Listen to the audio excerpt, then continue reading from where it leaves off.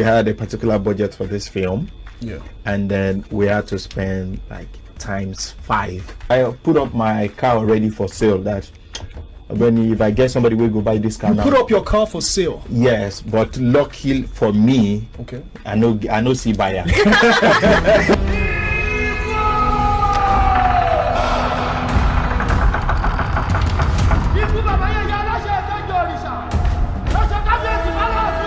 It's more like we had a particular budget for this film, and then we had to spend ×5.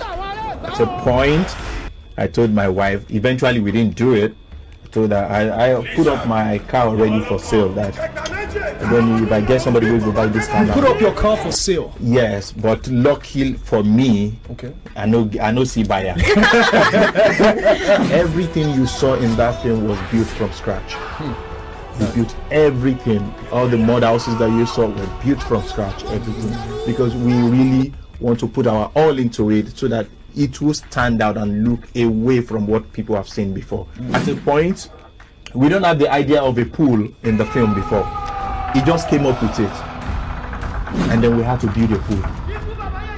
And we just shot that single scene in that pool. And we had to build a pool immediately for like 5 million.